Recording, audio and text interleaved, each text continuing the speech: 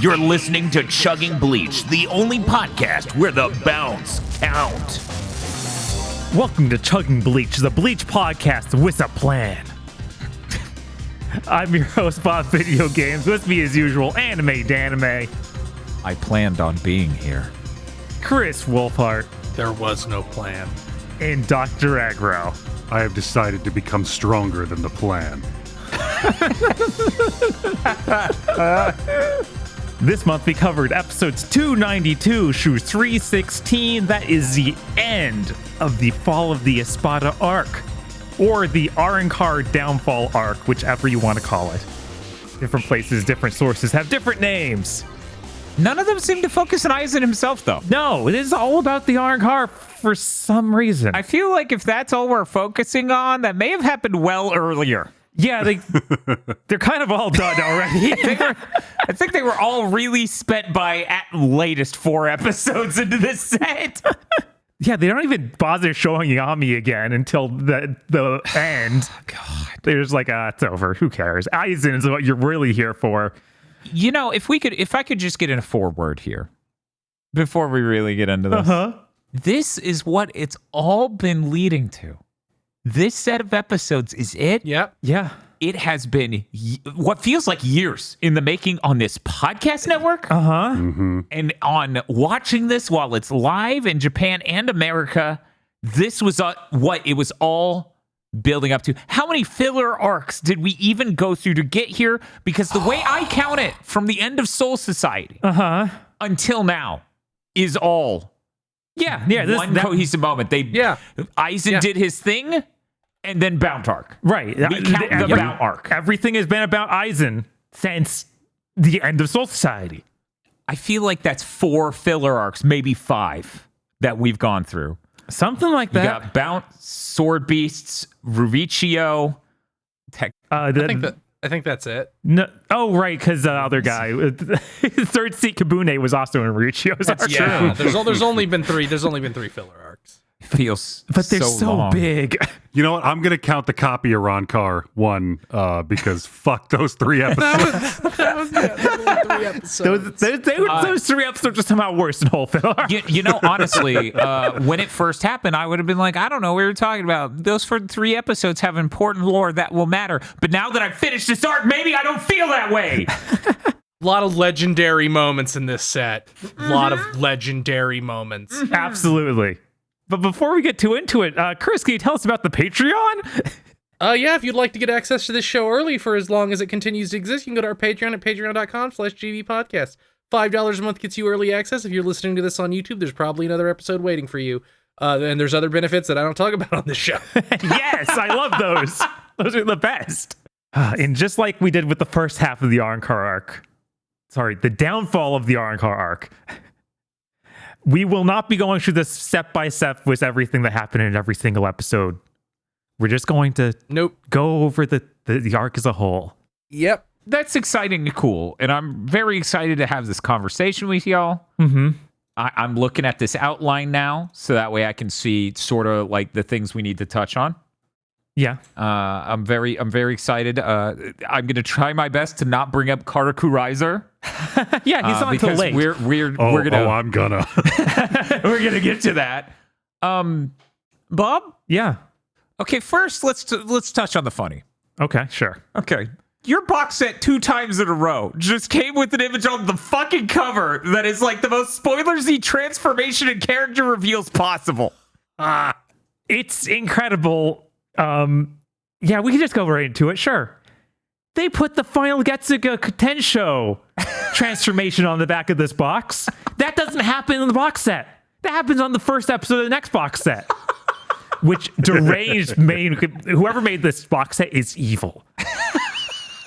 You can't put the final episode of Aizen's death or whatever. Aizen being defeated. You can't put that separate from the entire rest of the arc. They can because they want your money. Yeah, like buy the box set that's basically entirely filler. God, how heinous. But yeah, we can sort of tackle this from the beginning, you know?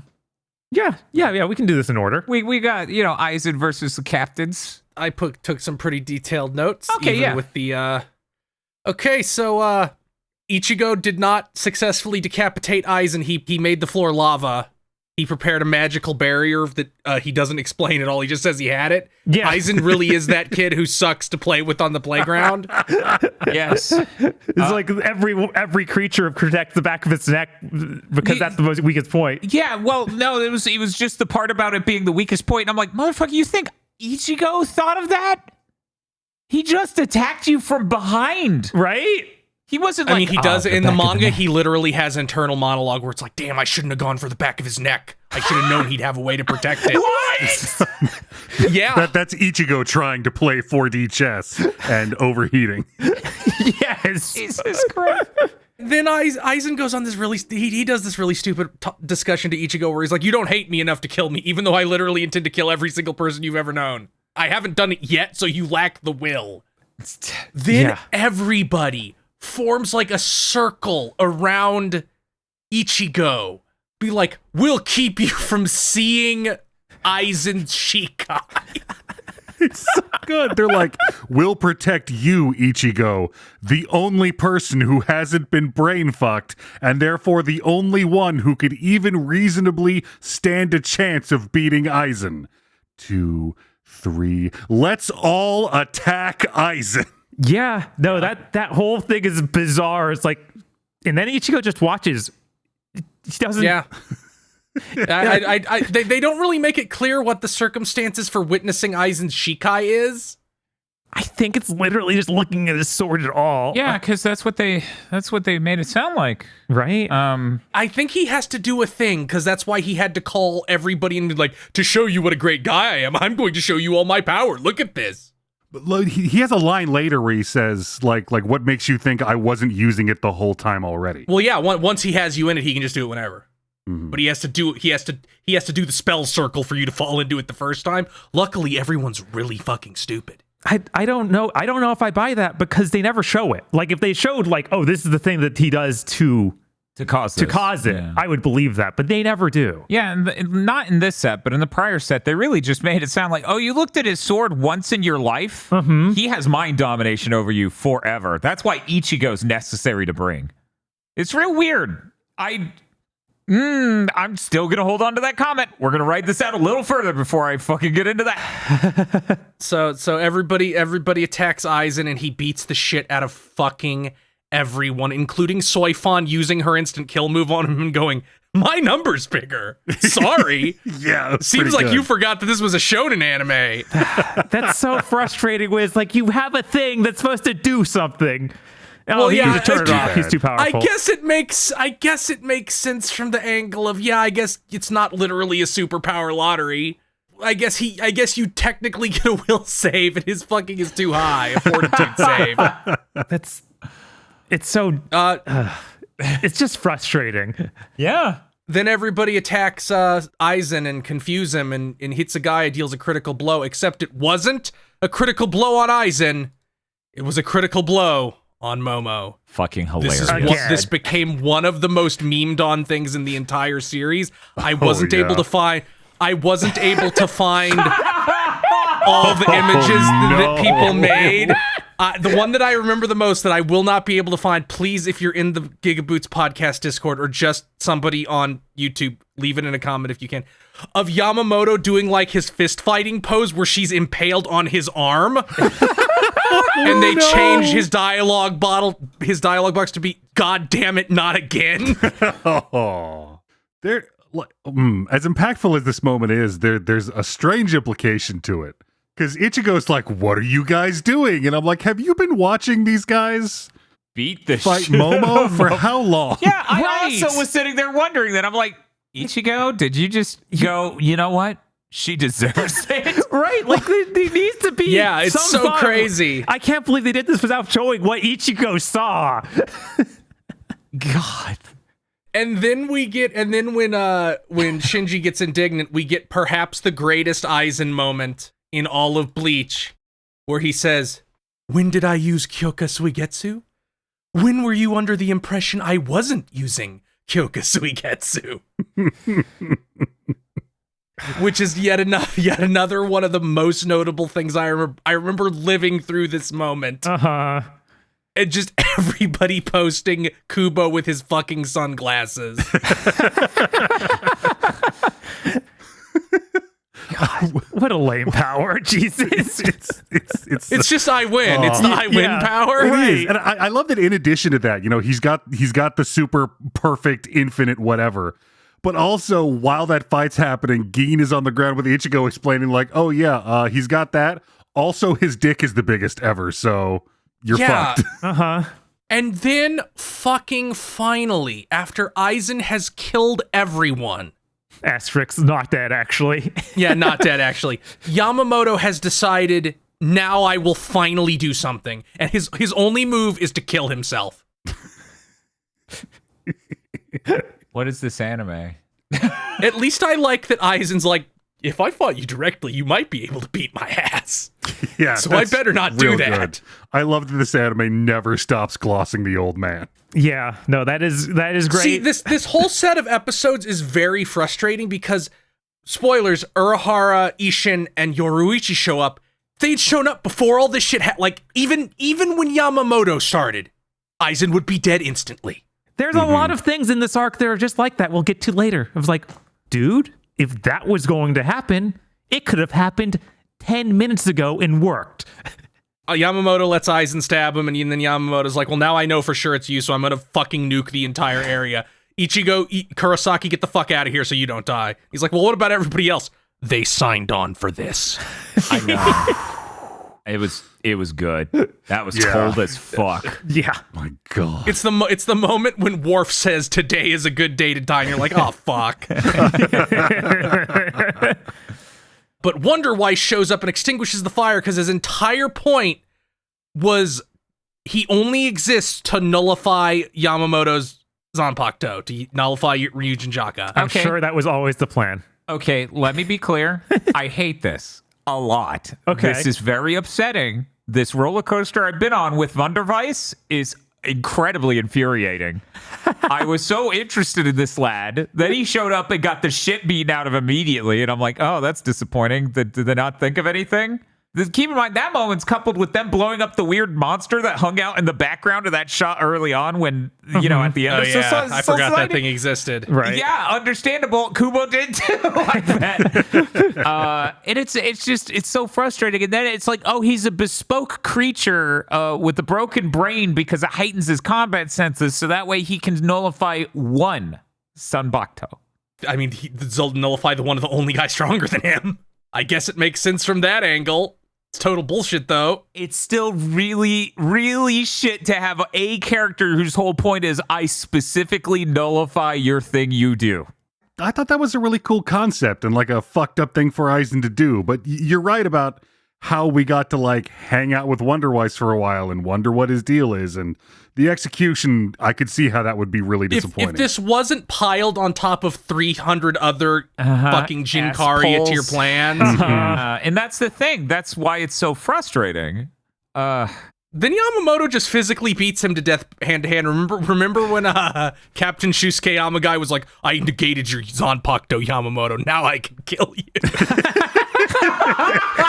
Yeah, it's really funny that they were doing that thing where they steal from stuff later in the manga again with Shusuke Amagai being able to turn off his Zanpakuto. And we just didn't. I think actually we wouldn't have been here yet. Maybe, but there's always a chance of like they might have forward knowledge of what Kubo will do. Maybe. But yeah, even if they could, he could just kill him easily. He would have fucking slammed him onto the ground by his foot like he was a fucking caveman going apeshit on his ass. But real quick, I'm sorry, I didn't get the full thought out. I really wanted Wonderweiss to have some sort of like core part of this whole plan, integral to him. I mean, technically dealing with Orihime Yamamoto didn't get that. Is that yes, and that's why it's like, so frustrating. Like this is more than the Orihime got. Oh, it's so true. Oh, I don't like this compromise. Hey, Dan, feel better about this and worse about Orihime. Japanese culture with the interviews and everything is so opposed to ever just bluntly asking this, but I would really like somebody to ask Kubo bluntly, what was your fucking plan for Orihime before you cut it? My plan was to have a plan. Like, just straightforwardly ask. That was my plan. My plan is Because he must have had plans. something. He had concepts of a plan. Yeah, he had concepts of a fucking plan. Yeah, concepts. The vague idea. I don't even think the anime went into this. I don't even think it covered this internal monologue. But in the manga, when Ulquiorra's doing his fucking incel rant, she's like, she has a flashback where Aizen wants her to fix the Hogyoku because what he's doing to making the Arrancar is using it up. And she's like, when he asks me to do that, I'll erase it with my power. And I don't even think the anime covers that inner monologue. Man, what a much more interesting thing could have happened there. Yeah. How about nothing instead? No. Man. Anyway, Aizen goes into Yamamoto and just spews bullshit out of his mouth. He's like, I respect you so much, I'll use my sword to finish you off. And then Yamamoto grabs his ankle and is like, I have cast from HP.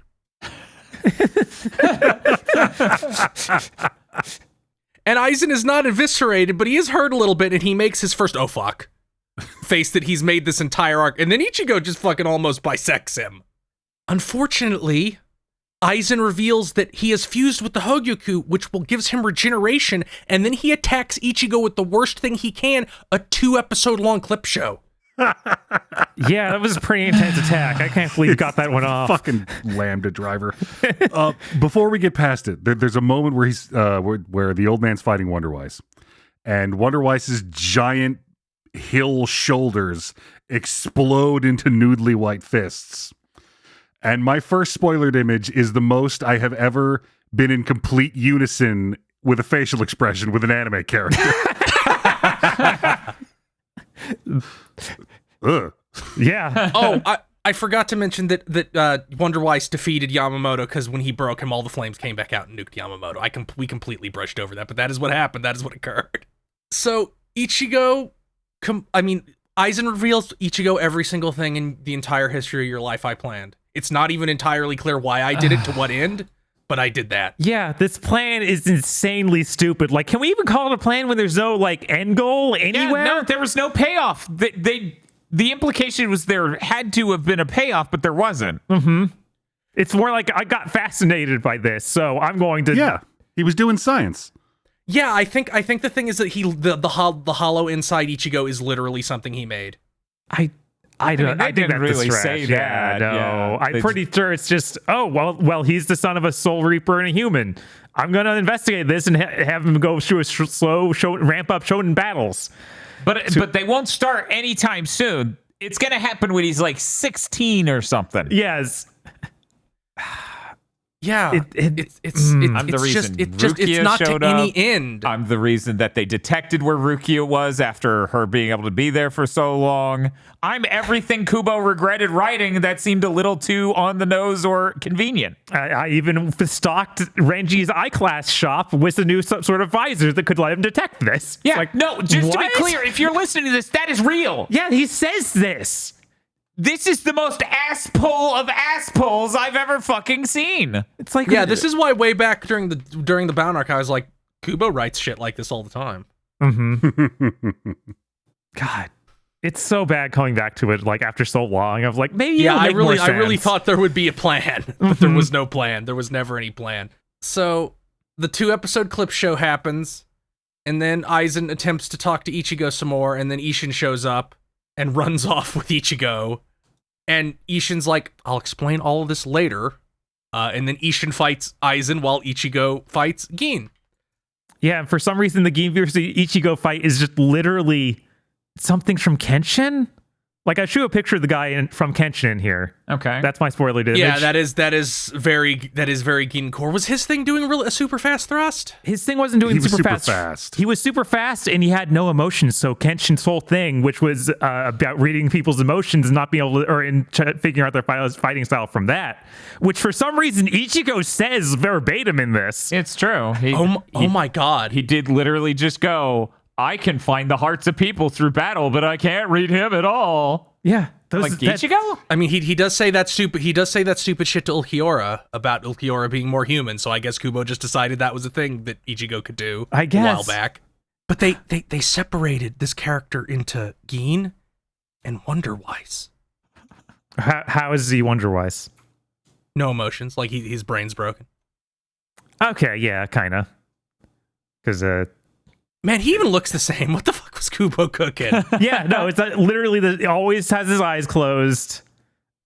Identical sort of stuff. It's pretty funny. Except that guy got gassed up really, really, really hard, and Geen kind of didn't at all. They try to gas Geen up, like A little bit, but they just also fucking.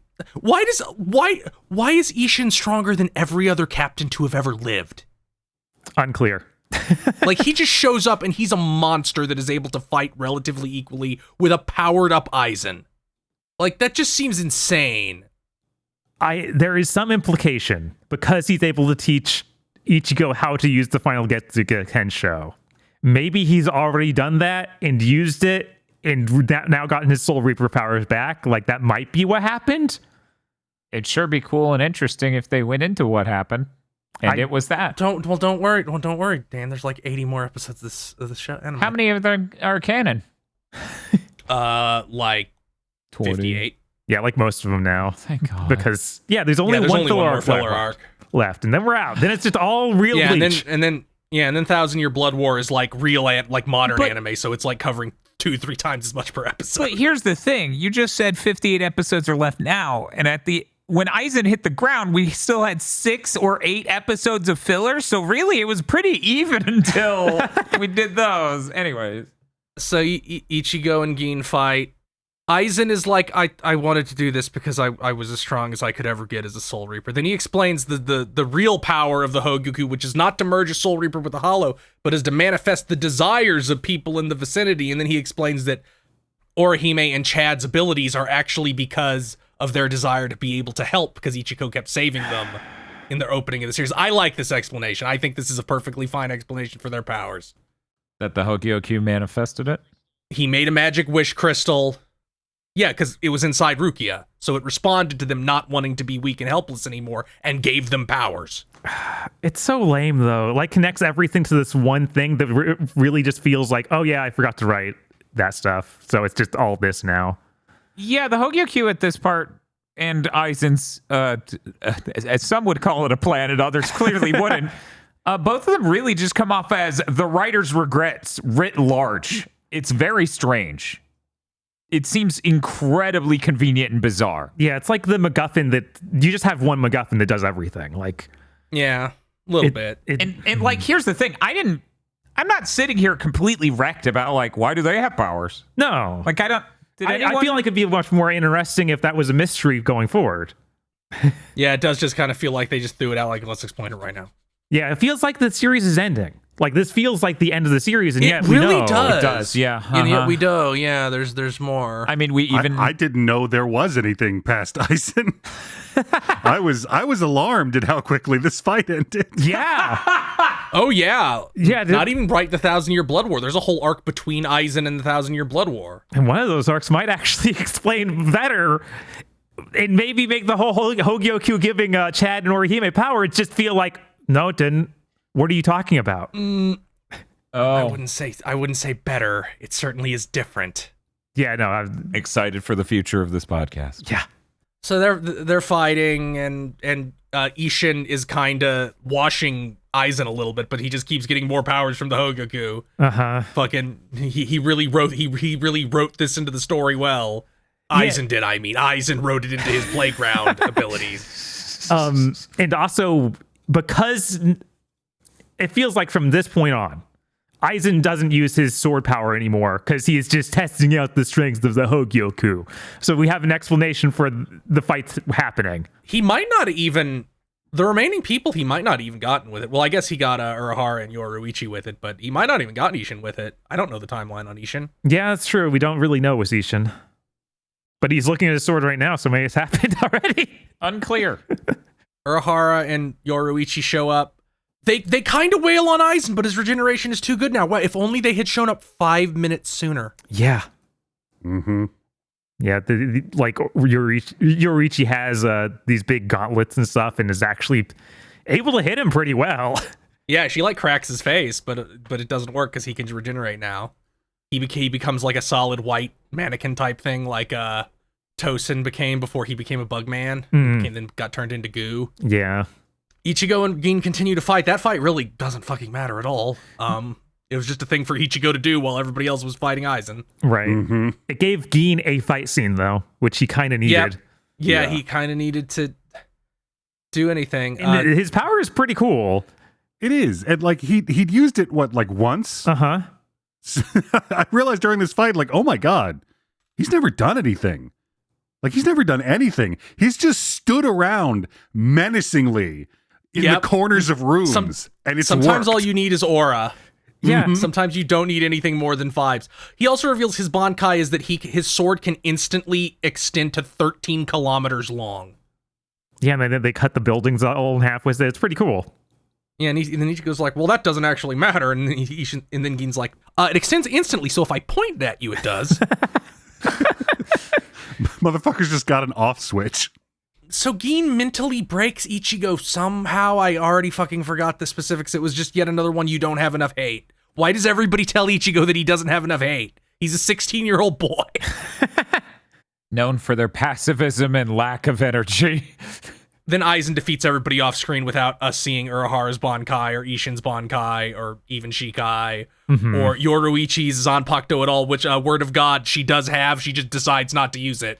Really? Yep. Oh, She did not lose it or anything. She just doesn't use it because she's a hand-to-hand combatant. yeah, we've never even seen it. Yep. Weird. What? I don't think it ever even comes up.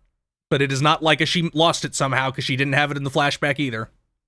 But he defeats all of them off screen, which upset me very much at the time when I was reading the manga. I was like, he off screened the 3 strongest people?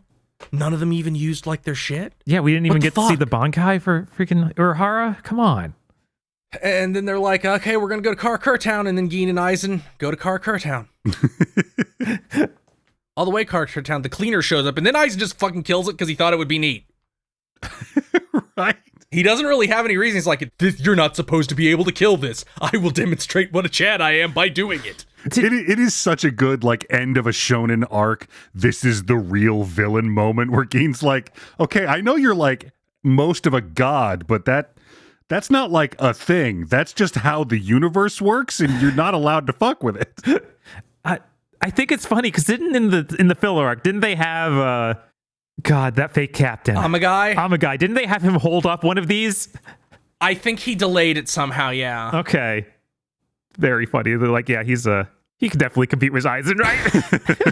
But Ichigo and Ishin are coming after him, and then Ishin's like, Ichigo, normally you can't stay in the Dangai precipice because of the cleaner, but now that he isn't, I can tell you the secret. It's actually a hyperbolic time chamber, so you can train for 3 months in an hour.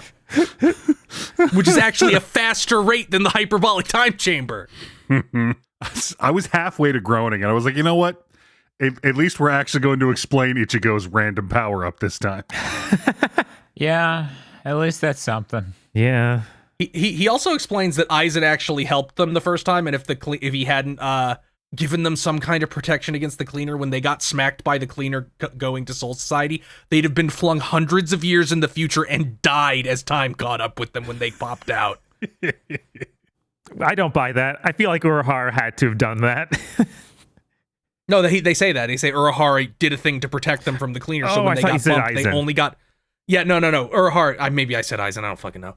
But Urahara, he said, Urahara protected you so you only got bumped forward a week instead of 100 years, in which case you would die. This was the amazing part. While watching this, I misheard him entirely, and I was like, how the fuck would Uryu do that? Like, damn, this might be the most ass-pull thing so far. You think Uryu's doing that? What? Oh, yeah. Urahara. We didn't cover it earlier when the plans were revealed.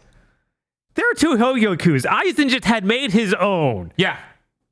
What a weird thing to write. Oh, man. I don't even think it does anything. Like, it doesn't even accomplish anything in the story. It doesn't clear up a...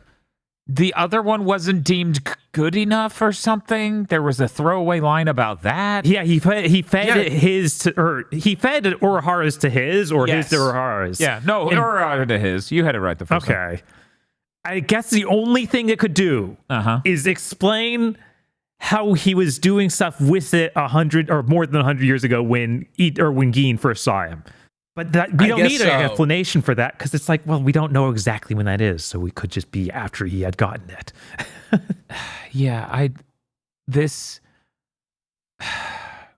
a lot of the writing in this chunk of episodes strikes me as creator who had to listen to fans point out plot holes who's going insane to explain them. And it's like, you don't need to, man. It's okay. It's okay. No one's worried about this shit, man. It's fine. Yeah.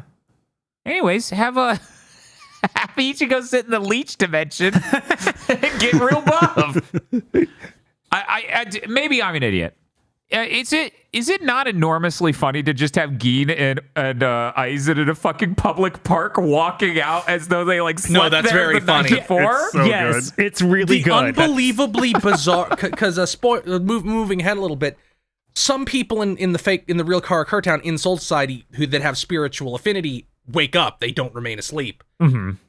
And Aizen decides to just like horror movie monster stalk them for no reason, really. None. They matter to the viewer, so he can detect this. Also, even this has a missed opportunity because why isn't Ichigo's sisters in this group?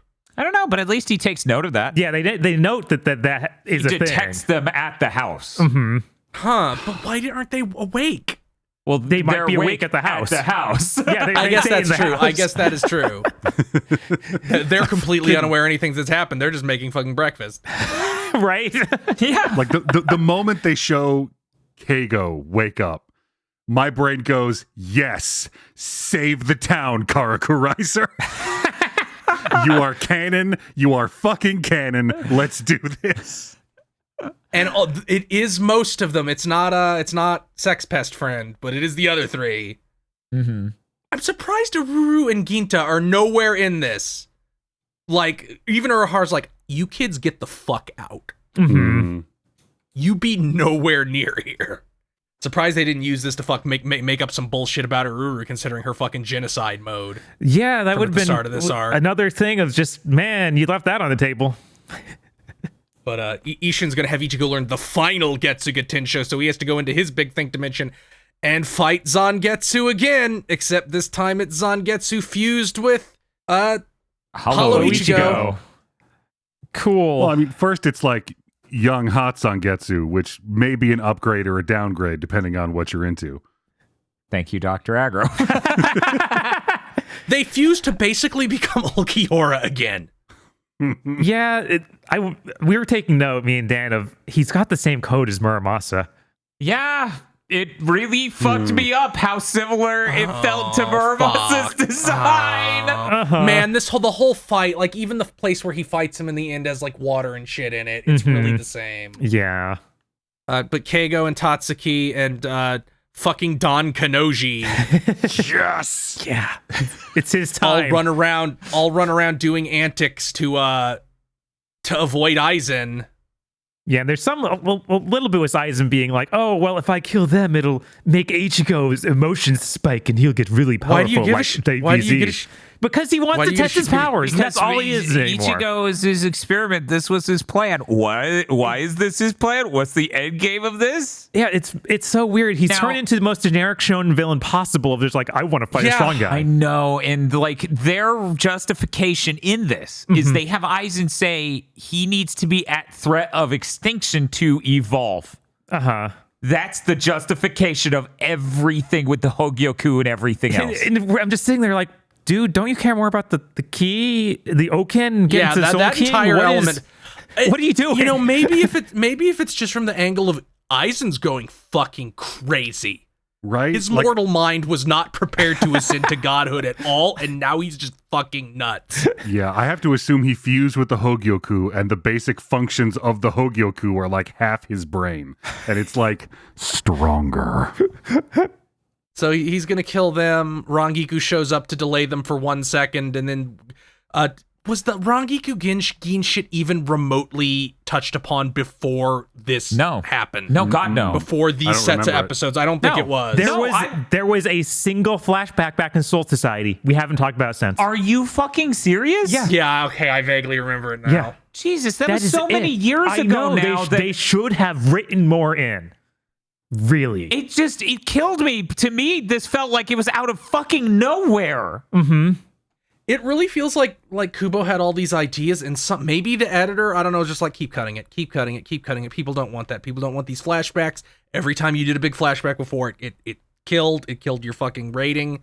Just nobody gives a shit about Harabel. Nobody gives a shit about these Arnkar. Get them out. Move. It's like, okay, well, maybe more importantly than you did this and it did bad, maybe we should go into the why, right? That's not how Weekly Shonen works. No one liked that because for the second time in a row, a character's justification is that they're an incel. Maybe try a little bit harder on the next one. Hope that doesn't happen again. But Yin wounds Rangiku after she distracts them from killing Don Kanoji. Everybody tries to stop Aizen, and of course they fail. They can't do anything. It's funny because they introduced the concept of if someone's spiritual pressure is too high, is so much higher than yours, you just can't detect it. And all the captains are having this problem with Aizen. Yeah. He's like so powerful, they can't detect him anymore. Mm-hmm. Then Aizen comes to the Karakura town, and these school kids are detecting his spirit pressure. Yep. It's like so inconsistent within itself. I think he mentioned later when he was fighting Ichigo that he would bring his pressure down to where he could sense it. And since he's doing this weird Freddy Krueger horror movie thing, yeah. Mm-hmm. Maybe they should have put that, is that directly with the kids instead of being a thing where he's fighting Ichigo. Is that what happened there? I thought the whole thing was that Ichigo could sense him. I didn't catch the line about he was purposefully lowering his energy. I missed that. He says he's doing that, but it's obviously completely fake because it's like, no, you were being rinsed right now. Yeah, you have no idea. Yeah. I thought that was bullshit bluffery. Yeah, like the really important thing about this scene is that Don Kanonji is a straight up fucking Chad. It's true. Hero to the and people. Aizen's like, if I touch you, you'll disintegrate. And not even if I attack you. If we make physical contact, you will be time copped out of existence. Yeah, he does that to a random passerby. He just vaporizes them earlier. Mm-hmm. Like, oh yeah, you're too close to me. I was so powerful. Yeah, he really did go insane. I'm now convinced that the Hogyoku just drove him up a fucking wall. They probably should have gone really into that, though. Like, it's always funny when you hang gags off of this. We will now show the internal state of this clearly crazy person. I feel like they go into it a little bit during the fight with Ichigo. There's one specific, although a lot of it more comes off like coping. Yes, it's enormously funny, and I enjoyed it immensely. Yes, as much as we can rag on this arc and like everything that happens, oh my god, this is the most rinsed a final boss of a shonen maybe has ever been. Mm-hmm. Yeah, I don't think there's. Goku rinsed Frieza less when he went Super Saiyan. Yeah. I love. There's a moment. Whatever. Well, I'll wait. Are we in the fight? Can we talk about the fight? Not quite yet. Okay. Gin gently touches Aizen's Zanpakuto after he's like, no, I totally killed Rangiku, don't worry. Then he impales Aizen with his Bankai, and he's like, I spent all this time lying about my Bankai. My Bankai actually creates a cellular poison when it retracts and extends. Yeah. I left a shard of my sword in your heart. You're now going to rot into fucking goo. I'm taking the Hogyoku, by the way. So fucking good. Just to be clear, in a perfect world, this succeeded. Yes. And that would have been incredible. That would have. For just a moment, I believed. Right? I was like, it was oh man. too good. Oh man, it would be so good if Ichigo shows up, Aizen's dead, and Gid has the Hogyoku. Right? And then you could do anything with Gid. Gid could be a new villain or have maybe a real plan. Like Ichigo shows up to fight and Gid's like, oh, you got stronger. Cool. My power is still instant 13-kilometer poison sword. What's up?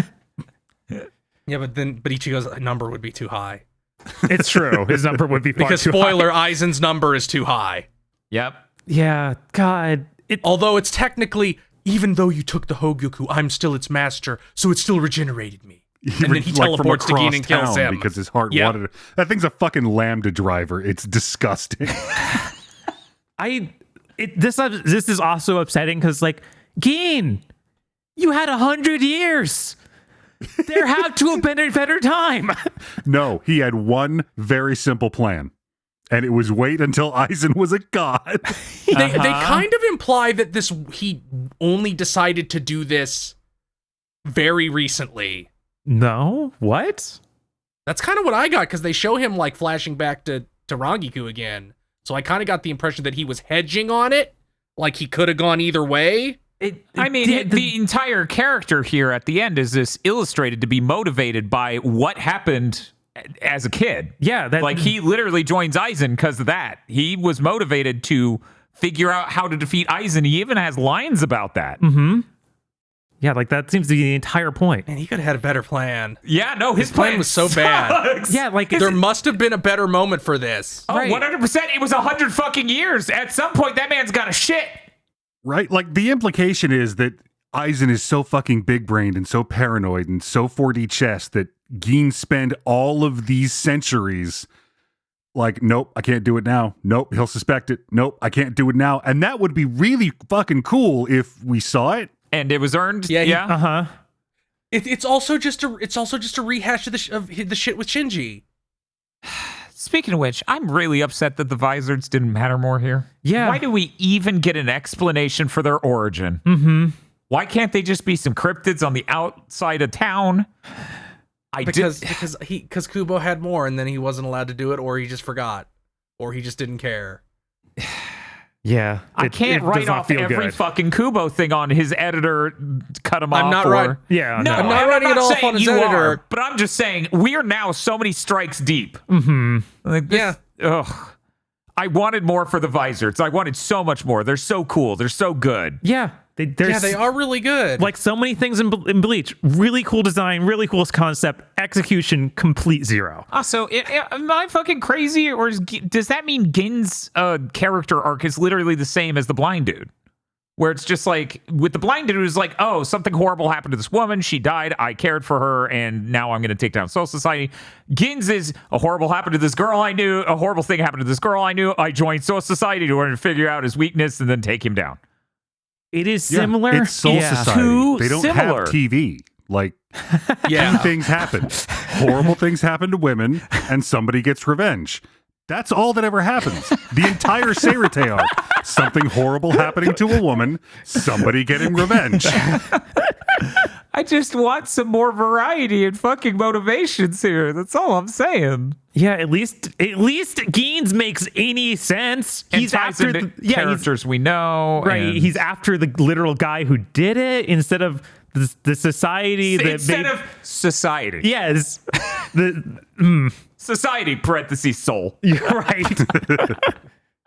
Yeah. And we also find out that you can avoid Suigetsu's powers by holding the sword, and that's why Gin grabbed the sword at the end. And it's like, and that was cool. Yeah, that was really cool. It's like, wait, so did he not take his sword out when he killed the entire Sector 46? Was there no better time? I mean, he killed them all. He killed them all with it, so it didn't matter. No, I'm saying Gin could have been there and done this exact thing. We don't guess he could. Well, in the flashback, I don't think Gin was there. There's even a really bizarre timeline because they're at their desk watching Ichigo on the hill at the moment they should be killing all Central 46 or whatever, right? Oh no, they killed Central 46 before they even sent Byakuya and Renji out to get Rukia. Oh, that's true. Oh my God. Central 46 died a long while ago. Okay, yeah. And they were just doing that's such a late reveal in the Soul Society arc. I didn't understand the timeline there. Wow. Because that's why Rukia isn't executed after all, because they're like, well, that was just Aizen's bullshit he made up after he killed all of them. Like, that's the resolution of that story. It's like, well, you didn't actually break the law because Central 46 has been entirely replaced by Aizen.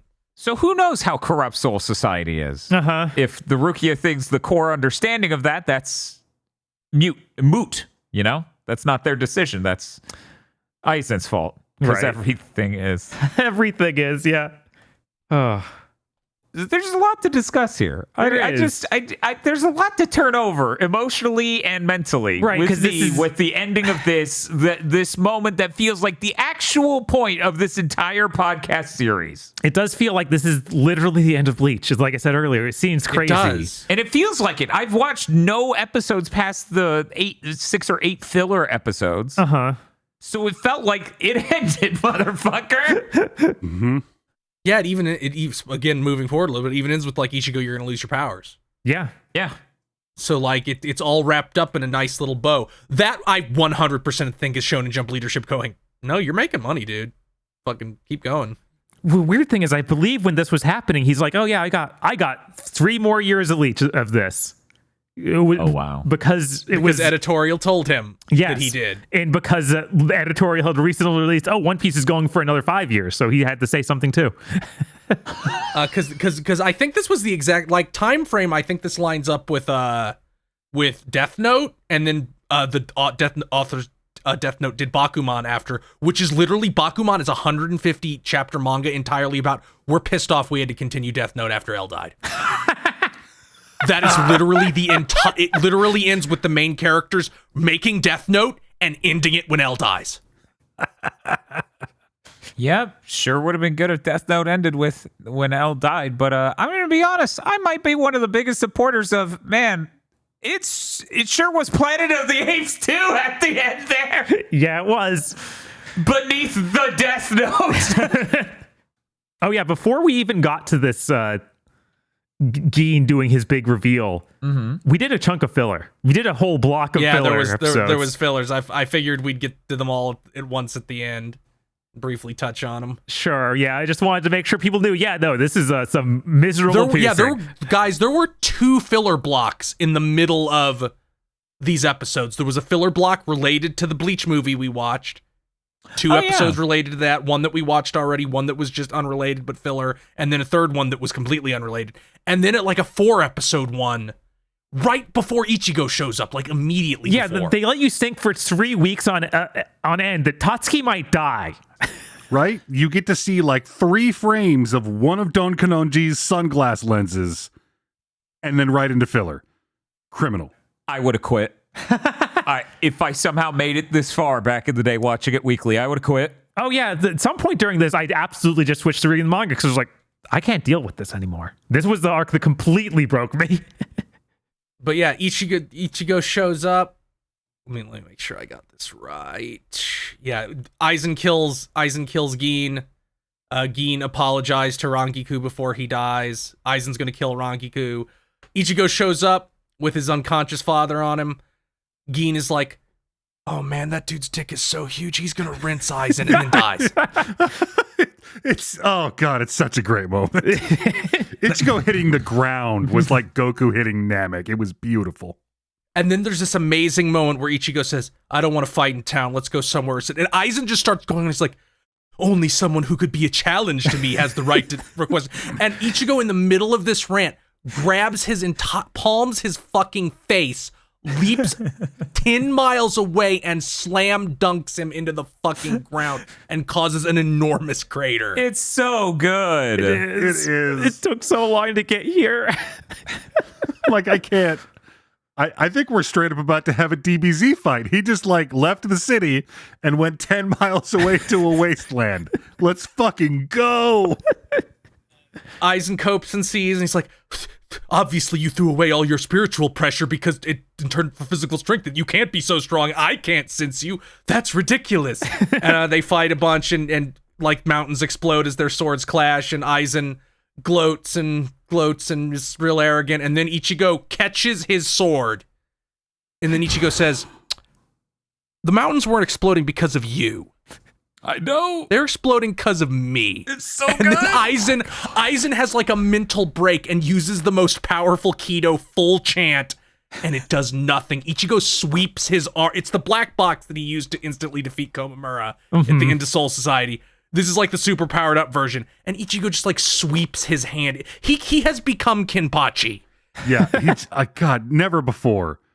Rarely ever in human history, in the stories we tell, does a person get to be him this fucking hard.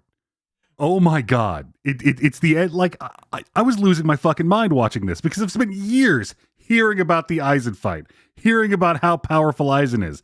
They gas up Aizen so hard, and then Ichigo shows up, and he's just shonen protagonist leapfrogged Aizen into the fucking sun. I have never in my life seen a final arc battle where the protag just rolls up. I was pretending to not literally be Jesus. Yeah. This is another element that makes it feel like the end. Ichigo has become so fucking powerful Yeah. that it's like he is now orders of magnitude stronger than the guy that is orders of magnitude stronger than the strongest guy who ever lived.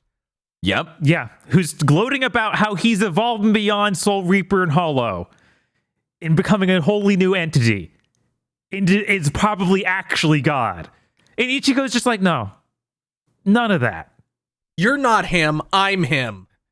It's worth noting that I don't know why Kubo is so obsessed with this idea of this dude evolved and became real strong. He has a mullet now. It's funny as hell. Yeah. It is a Because really Aizen good gets look. it too in these evolutions. Oh my god, I forgot about the mullet. Oh my god, Aizen's final evolution that he pulls out here is so dumb. It's incredible. It's just like, yeah, now I have tentacles or something. I don't know. I'm way stronger than you, though, now, Ichigo. He goes full on extra Final Fantasy boss. After you beat the villain and you gotta fight that random thing. Yeah, he does. Yeah, he does. Ichigo's so strong, it feels absurd that he even has to use the final Getsugo Tensho. Yes. Yeah, that was a big complaint at the time too. It's like, why did he use the attack that makes him lose all his power? He was kind of beating this dude like a drum. I think it was just to prove a point. But spoilers, Ichigo uses the final Getsuga Tensho, which you can only have by allowing yourself to be stabbed by your Zanpakuto, I guess. And you have to accept the blade and the consequences of the power. And then Ichigo uses the biggest attack in human history. And, but Aizen survives because of the Hogyoku. But then Urahara shows up and goes, your power got too low because you had to survive that, so now all my ceiling bullshit works. You're defeated now. Goodbye. I love the cope that Aizen is spewing. He's like, oh, my sword is disintegrating because I don't need a sword anymore. I'm evolving. Yes, he's like, the I'm Hogyoku evolving. has decided that I have surpassed. I need to go back and this is from before, but it is like the definitive quote from this fucking set of episodes, in my opinion, is Aizen going, reason is for creatures that require it to survive. I have surpassed reason. And that's when he started pissing and shitting himself, talking about how he's ascending right now in his pants. Yes. Like he's got those 6 skull faces on his weird flesh wings, and 3 of them are for Cope, and 3 of them are for Seed. Yeah, this is a really shitty form. I also like his unbelievable Cope thing where he just screams at Urahara that Urahara is a loser for not wanting to kill God. It's like, why'd you want to kill God? I don't know. That was like the most fucked up thing where he's like, you've seen it. You know that we need to kill that thing. And Aizen's like, yeah, but no. I'm like, Yeah, that's... I need someone to elaborate on this right the fuck now. We'll get to it, don't worry. We better. I wanted so few answers out of this arc, and that was one of them, and we're just not answering it. Okay. I think it's also crazy. This fight scene was Aizen. 2 episodes. Yep. Yeah, That's insane. it's fucking nuts. It's never I been heard this brutal for before. years that this was the longest fight ever. It was so long. Aizen had transformation, so many transformations, too many transformations. I'm like, I know when this manga came out. I know what age group that was. I know y'all motherfuckers have seen DBZ. Mm-hmm. What the hell? I think if you count all of it, like from the start of everybody fighting Aizen to the point Aizen is defeated, it is probably longer than Frieza. Like when the captains attack Aizen? Yeah, when the captains start to fight Aizen, when all the Arrancar are defeated, and everybody starts fighting Aizen. Well, then wouldn't we count Frieza from a random fight he had with someone else then? Right? No, I would count it from when they actually start fighting him. Well, I feel like who's they? Krillin, Gohan, and Vegeta. Okay. When they start that fight. Then that would be a fair assessment. Yeah, I think that's a fair point to say when that fight started, because he literally fought nobody before then, except he killed Nail real effortlessly. Yeah, he did. Mm-hmm. That can't be shorter They can't. than this. It's remember, these people were reading this shit weekly. Yeah, this was savagely short. Well, I have no doubt that it felt longer. Uh-huh. reading this weekly, the way it was paced. Also, to continue the Dragon Ball Z comparisons, when Ichigo shows back up with the chain on his arm and his giant fucking black katana, he starts whipping the shit out of him. I'm like, oh, this is Super Saiyan 1 Goku fighting Form 2 Frieza. This is amazing. Oh no, I'm sorry. This shit was like 30. This wasn't even a full year in the manga. It was just teenagers being like, it was so long. I can't wait 6 months for this massive battle to go. God, by modern shonen standards, that's so fucking short. Mm-hmm. I mean, this fight being 2 episodes is short by any shonen standard. Like, it's true. The fight with Ulquiorra was 7 fucking episodes long. Yeah. Like, this is just crazy that it ends this quickly. I enjoy it. I think it's cool they did this. Yeah. But it's also very funny. Yeah. Yeah, it really does. Like, again, it has the energy of, we're done, it's ending. This is the end of Bleach. It's really strange that my favorite fucking fights in this are the ones that are insanely short. Every single other one is like the ones where it's not as 'cause shit satisfying to happens. me. Uh-huh.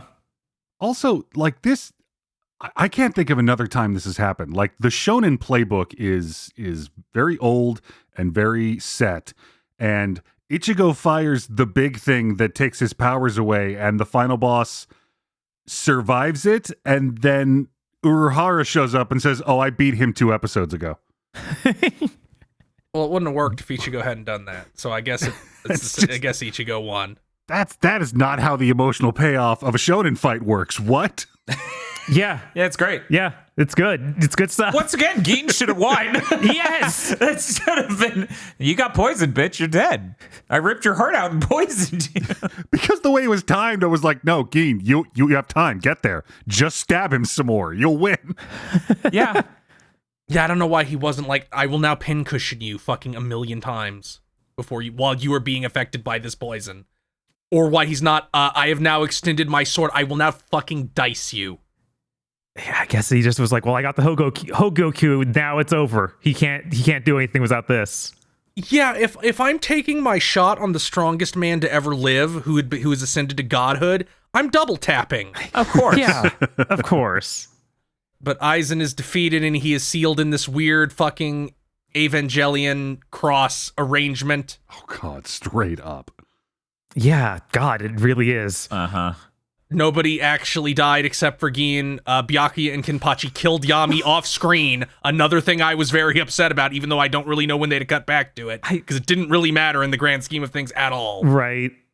I was upset that this actually killed Gin, because this amount of damage he took is about as much as everyone else, but for some reason he's dead. Well, he needed to die. Also, I think Yami lived. Nope. No, Yami lived, absolutely. Yeah, Nope. yeah. They showed him looking at a hollow dog. Yeah. Yep, and then he died after that. No, he got beat up. He's not dead. What? Yeah, he's not dead. He's dead. No, he's dead, guys. What? That's not the show I watched. That's not what it implies. Well, that is the rest of the series. They never bring him up ever again. I mean, he's that dead. happens I mean, all it's the a time. thing in Bleach, so... I mean, the wiki says he's dead. I think Kubo confirmed he's dead. In the manga, he has this enormous gash in him as he's laying there, like gigantic, Right. that's Yeah, he bleeding. does. Well, okay, he's canonically dead, but he didn't die in this show. Yeah, like That's fair. That's a fair assessment, but no, his ass is dead. Man, yeah, because that felt like, oh yeah, he's just kind of accepting his defeat, laying there. It didn't feel like he was dead. Well, All right.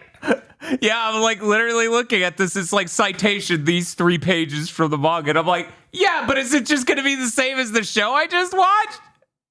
probably. So what I'm hearing is he could come back in the final arc of the Infinite Blood War. Fuck off. I guess. But everybody's at Soul Society. Nobody died. Everybody's healing everybody. I think they even show like Orihime.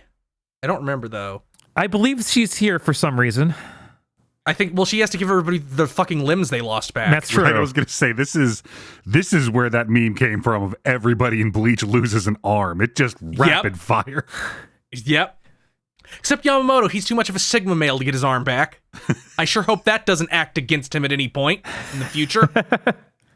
Aizen is sentenced to 20,000 years in prison. Yeah, they have Central 46 up and running again, something I was never clear on them actually fixing. So, 2 options. One, these are all the noble families, and they're just like, give us your other sons. Or 2, Yamamoto just went and grabbed random people off the street, says, you're a noble now, and threw them into the fucking building. we get a bunch of fucking flashbacks and everything. Apparently Ichigo got fucking taller during that transformation, because I think they say that like your body has returned to normal. Like I think they even specify height. Yeah, That's true. And then his hair ungrows. He's like, well, you're at the first stage of losing your powers, and you're gonna permanently lose them soon. Ichigo's like, I'm just glad everybody's okay. And also there's a scene of Yamamoto screaming that Byakuya, Kenpachi, and Kyoraku lost their coats. We got to go over the weird arc of him losing his powers, because the mechanics of it are really bizarre. It's really stupid what they rewrote here, because the manga is not that at all. In this, they literally say, oh yeah, you wake up after 10 days and your powers are being lost, but we don't know when they'll fully lose, but you'll pass back out and feel immense pain and then lose your powers. That time it's real. And that time it's real. Oh, so we have to. Why do we have to make the next filler arc possible? Every other one, they're just like, here's the reality bubble. I don't know. Yeah. Yeah, they did not need to do this. And it makes it a lot less impactful getting to end the arc and seeing like, oh yeah, now Ichigo can't see Rukia anymore. Like that sort of thing is strong. Oh god, they're gonna put that at the end of the next filler arc. It's gonna be so fucking limp. Yeah. It's gonna be the limpest shit that ever was. Man, I really thought this was gonna be better when we got to it. I was like, no, surely I was just a child. By which I mean 20. And not knowing it. And not understanding. It was because I read it weekly. If I had read it all at once, it would have made complete sense and been fine. Mm-hmm. But no. That isn't it at all. God, can you imagine if we had gone through this 5 episodes at a time? No, that'd be a nightmare. That's a much worse timeline. It is. That's a horrible timeline. You know how rock bottom the scores would have been for so many of these? Yeah. But that's all the canon content. Let's talk about some fucking filler. Yeah. Sure. Episode 298. This is a special episode to promote Bleach Hellverse, but not the one we watched last time. No. They're having a Shinigami film festival. All the Soul Reapers of the 13 Court Guard squads have formed teams to make a movie. Ichigo or all of the humans join up with Renji and Byakuya and Rangiku for some reason to make a movie called Intergalactic Maid Cop versus the Space Invaders from Doom from Another Planet Part 1. Renji is the director, Uryu is the costume designer and cameraman, and Byakuya makes special effects with Kido. It's a great comedy moment where Byakuya says, this film festival is to protect the honor of the 13 Court Guard squads, so I have to participate in this dumb shit. Yeah, that's pretty hilarious. They film the movie and explosions keep happening, and that's it. Antics happen for 30 minutes. There wasn't really anything that especially jumped out at me, except for the fact that Komamura's guys try to rope Ichigo in for a little bit and make him wear an outfit where he's a dog, which is the spoilered image I put in there. It is a pretty good outfit. Mm-hmm. Fucking dressed like Snoopy. I was a little disappointed we didn't get to see the films from anyone else. Yeah, everyone else's film seems like would be more interesting, and the whole gag with the Renji film is that, yeah, he's not a director. He's just going to try and re-edit this after they film everything. It's going to suck. Yeah. Kenpachi's squad are doing we're filming a documentary where Kenpachi just kills people, and we film it. So good. Okay, and then we skip ahead to 303, which is where the next filler block starts. It's just a New Year's episode. Everybody's celebrating New Year's. Yeah. There's some good outfits. We see like Orihime and Rukia and kimonos. Yeah, there's some good outfits. And the joke at the end of I'll talk about it when we get to the illustrated guide to Soul Reapers. It's just a little New Year's episode. It's not a big deal. It's fine. Then we get a sequel to the Ichigo and the Magic Lamp episode where everybody is a Halloween monster. Uh-huh. Rukia is a little demon fairy who even literally says, my name isn't Ruki, it's Rukia. So they directly call back to it. Yeah, it's great. Ichigo is Frankenstein. Ishida is Dracula, but he won't drink blood because it's the color of a Soul Reaper's soul ribbons and that offends him. And then he's weak the entire episode because he doesn't drink blood. And then a bunch of shit happens. A bunch of antics happen. It's real manic. And then at the end, it was revealed to be a dream by Komamura. Just cause, I guess. That was a lot. Yeah, it's like, you don't know Yep. any of these people. All right, sure, moving on. Hits a guy who was a weirdly sexy werewolf. It's true. I have an image of that. Let me put that in there. Was it weird? No, not really. Jesus Christ. 305. It's a fucking Shuhei episode. Who gives a shit? Yeah. Shuhei and Rangiku. It's a hang out. completely weird episode where he hangs out with Rangiku and they imply that there might be some kind of romantic tension, but then she just reveals she was taking advantage of him. Just to kill a hollow, to use him as bait for a hollow. It does have this one line, like because now the episodes start with brief previews of the episode to come, which is still weird. It opens with a line that I swear sounds like a voice redeem that Dan and Bob would have on stream, where it's like, "It's time. I'm gonna get killed." Yeah, no, we laughed so hard at that. Yes. Even we were like, we should maybe make that a sound. Honestly, I loved this bit where it was obvious something else was going on, and Shuhei was 110%. Oh my god, I'm gonna get to fuck Rangiku. Yep. Yeah, before this, I feel like Shuhei was not characterized as this stupid, so I like it. I like seeing this side of him. Yeah. I mean, he doesn't have any actual character. People right, just drew right. Ichigo with black hair and is like, Yeah, he got really popular because of like the way he looked. And like, yeah, the that's number. really interesting. And The number of the beast. Yeah, no, I was delighted by this because Rangiku's popular, Shuhei's popular. Like, what a fun, interesting episode. The funny thing is, we hit a number of things. I think it was this and one other episode where I'm like, man, if this happened early in Bleach, this would almost fit in. Uh-huh. Like to the early tone of Bleach. But Yeah. here and now, it's almost frustrating to me. That's fair.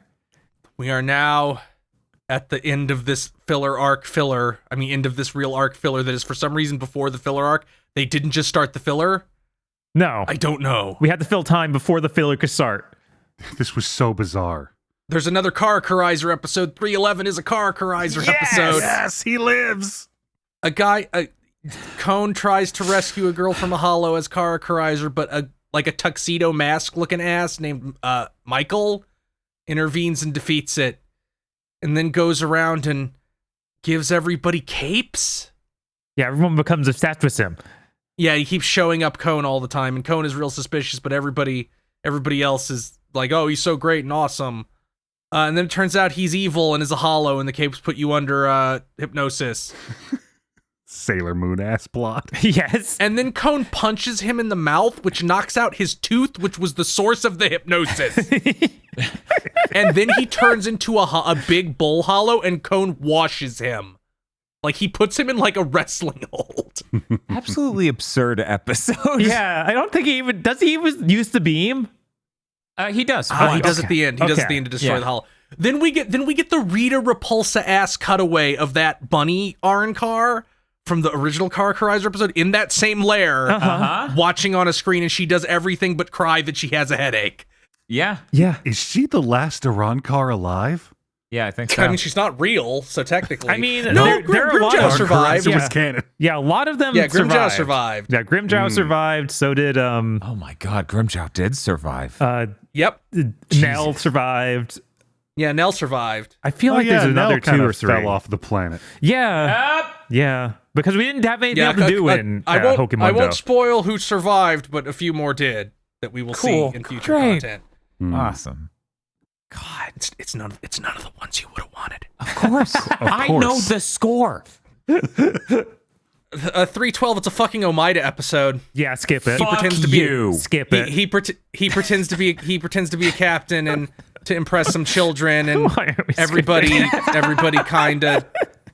Everybody, they find out he's lying and are mad at him, but then he saves him from a hollow, and that's fucking it. Listener, do you Okay, think we cool. should have just skipped it? Write it in the comment section right now. Look, I know it's an Omaida episode, and I know he sucks, and I hate every time he's on screen, but it was incredibly funny watching Yoruichi fuck with him. Oh, it was good. Yes, there And were I some good loved moments how there. absolutely stupid these kids are. Like, what do they tell you Soul Reapers are in your village? Why are you yelling at them? Yeah, I don't know. I feel like we're getting further away from they'll just fucking get drunk and kill you, man. They'll do the testing the sword on a peasant crossing shit. Real free. 313. Ichigo is sparring with Renji for some reason, like with wooden swords in the fucking barracks. There's this dude named Seizo that everybody treats like shit. Everybody hates him. He used to be strong, and then he got his spiritual energy sucked by a hollow, and now nobody respects him. It lasted forever. And then he got his confidence back and defeated some hollows. And then he leaves the 13 court guard squads, and I just want to imagine him walking out the door immediately into that prison you have to go into. You leave the 13 court guard squads. God. There was a great ongoing bit where they said, like, Renji, you're not in squad 11. Why do you keep hanging out here? Yes. And then It used to be. They even pull in the Ichigo be like, why are you here? I don't know. I'm just going with the flow. It is true. Like, whenever Ichigo's just hanging out in Soul Society, he's like, I don't have a job. Is anybody doing stuff? That unemployed friend at 2 p.m. on a Tuesday. 314. Kon is stuck in Ichigo's room. A pretty lady asks for directions, and Ichigo gives it to her. Kon's fucking slobbers on her because her tits are enormous. Yeah, she looks like she's from Code Geass. Mm-hmm. It's She real just weird. looks like they gave Orihime purple hair and glasses, if we're being real honest. It's a mix. Because it's also those weird, her hair becomes curly tentacles. Like curly, yeah. This is this is the best filler character design of all It time. is. I'm really fucking shocked that they pulled this out for a fucking filler arc. That is bizarre. Frame 1, I went, this is great. Bob, Chris is going to love this design. That I saw the tweets hit the tower. Not bizarre that that she exists because of course she would be filler, but it's weird they didn't use her in the filler arc. yeah, right? Yeah, that would make more sense. Because this is a way better design than most of the designs in any filler arc in Bleach. And I have low expectations for the upcoming one. The one nobody seems to remember. Yeah. Christ. Some shit happens. She was possessed by she had a falling out with her boyfriend and wants to kill herself because she can't live without him. He was possessed by a tapeworm hollow that wanted to possess her, and it does.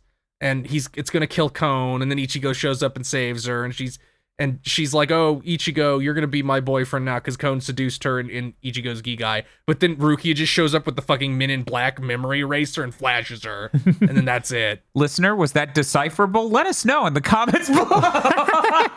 You got to keep up with this shit. There's a lot. We got to move on. Come we on. got to go. Yeah, we gotta move. 315. Yachiru meets an old friend. Another random Soul Reaper who's really important, but we'd never heard about before. Who has some job outside the Seirete that doesn't actually exist. Yeah, he has one of those jobs that the function gets outmoded, but they never enter the job, so you just collect a check for sitting in an office all day. You know how to get one of those government jobs, please contact me, by the way. His name's Masayoshi. A hollow killed his wife. There's some shit, and then he meets his wife again. Or girl he's a hollow. The gimmick is that he's a fucking hollow who thought he was the Soul Reaper he killed. This is so messed up that It's they so even convoluted did. and weird. Like that dude. Like I didn't expect Bleach filler to get into identity death. That dude that did this to the person Rukia knew was special. That was a special kind of hollow. Was a reason he did that. You can't just pull that out again and act like it's normal. I feel like there's some early filler thing that did this again, like even yet again. Probably. Yeah, I think that 3-episode cop clone hollow thing was also this. Yeah, something like this, yeah. It's like, guys, stop. 316. Hitsugaya takes leave from Seirete to go visit a friend of his in the human world. It's an old woman who can see spirits. I don't know what you're talking about. This episode was about him seducing Karin. It is yet more evidence to the Karin is his official love interest thing, which, I'm going to be real, troublesome age differences aside, maybe. I don't really understand how it works with if you're dead. But other options? Momo? No. Just look at her. No.